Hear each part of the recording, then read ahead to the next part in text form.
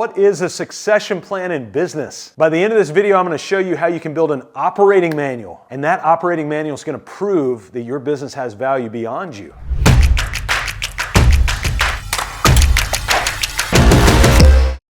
"80% of the businesses that start fail, but the reason is not what you're thinking. It's not bad luck." If I forced you to take a 30-day, no email, no text, no cell phone vacation away from your business, would you come back to a thriving entity or a smoldering crater? When you think about succession planning, the easiest way to think about it is the word success that's built in there. And what we're looking for in succession planning is two things. Number one is not only to successfully transition your business, but also a way to celebrate the success of your business in prior decades, years, however long it's been. And so this idea of succession, I want to congratulate you even for having the thought. I think it's so important. Now what I want to do is set you up so that if you were to leave your business for any reason, you go to the Bahamas, you go on vacation, or you're transitioning, that your business runs and grows with or without you. So there's going to be some critical parts in every succession plan. And the first part is the succession plan. And we actually have to do some planning around this. Now, I want to be very cautious. I have been in plenty of rooms in my history. I used to work in the corporate environment back in the day and all of that, where we go in and we spend 4 hours or 8 hours or 16 hours or 3 days or whatever building these plans. We've got these amazing plans and then we never look at them again, ever.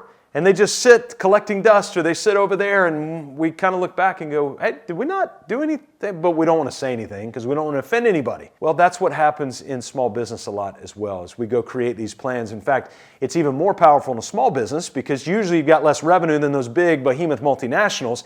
And so they can just keep these consultants on retainer. Where you bring somebody in, you need implementation. You need action. So what I want to do is I want on this video to give you some implementation things, some action you can take right now to actually work through a succession plan. So a succession-worthy business is going to have 4 major elements, and I think I want you to visualize this out on a scratch sheet of paper. So first, if you can, across the top, do 4 P's. Ready? Purpose, people, process, and profit. I'll say those 4 again. Purpose, people, process, and profit. Now, under profit, I want you to put 4 things vertically. MSOA, or marketing, sales, operations, and administration. If you could just start your succession plan with this little acrostic horizontally and this acrostic vertically, it'll get you started in massive ways that I think will be super helpful for you. So, what is purpose? That's thinking through your vision, your mission, your values, and also thinking through the culture of your business. Culture, by the way, is not hoped for.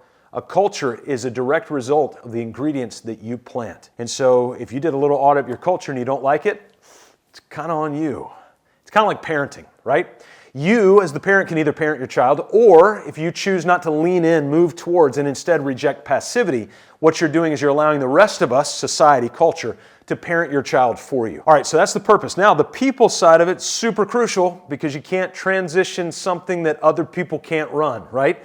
And so when we look at the value of a succession plan, it has to involve not just the purpose, direction, we're headed this way, but also the people. These are the people that are actually run the business when you're not there. And before you transition the business, I want you to practice. Over the last 3 years, totally true story, my wife and I have left our business for 14 to 30 days each year. No cell phone, no Slack, no email, no text, nothing. For me. And my wife, she was on call for a little bit of things. But we were able to leave. I was not working from the road. And we not only did that 1 year, we did it 3 years. So in our 25th wedding anniversary, I got done speaking at an expo. And I literally told the crowd I was speaking to, hey, my wife is right over there. She's got my suitcase.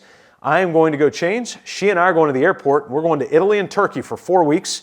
And that guy right over there, his name's Brandon, he's going to be here. And he's going to do everything that I could do, but better, because he does it more often than I do. Do you see what I did there? I actually transferred the authority to one of our other team members, not because I made it up.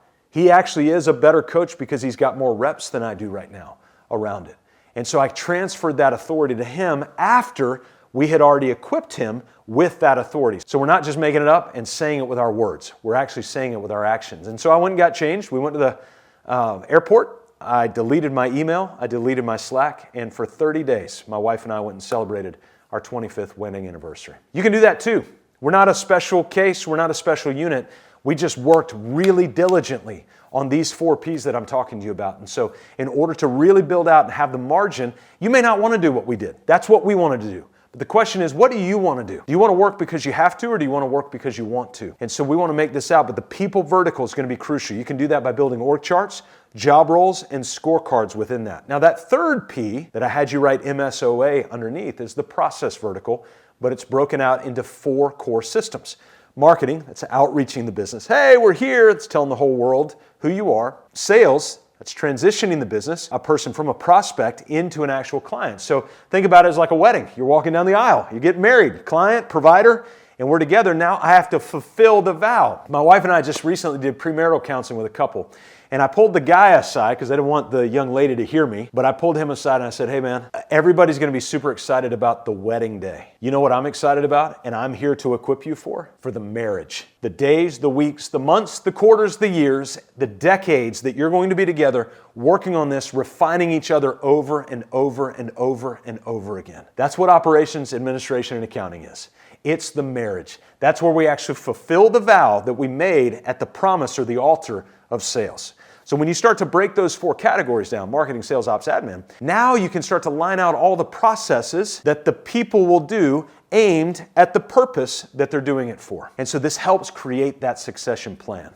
Now, the 4th of that is the administration and accounting that I mentioned. And then the 4th P is the profit vertical. Listen, if you don't have gas, your car's not going to run. If you don't have electricity for an electric car, the car's not going to run. You got to have fuel. And that's what the profit, that's what the margin and the revenue is it turns into fuel for everything else. If you are not properly subdividing every dollar that comes in, this percentage goes to cost, this percentage goes to overhead, this percentage goes to tax, to profit, to all of these things, you will run out of gas at some point. It's just a matter of time. Now, some of you are thinking, well, I don't run out of gas. Why? Because I borrow lots of money. I don't want you there.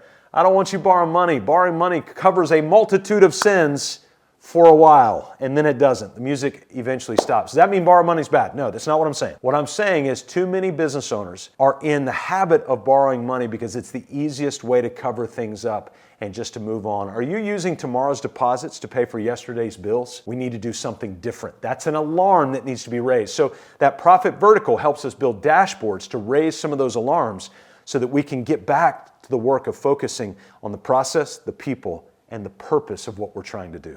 So your succession plan means putting together this level of clarity. Now, if you want a detail by detail step on actually how to build a vision for that is the first step of great succession planning. I have got a video, I think it's going to blow your mind. I've worked really hard on this video to walk you step by step on how to build a vision story, and that will become the foundation of your proper succession planning. So click on the link in the description below. I want you to make some time to work on that.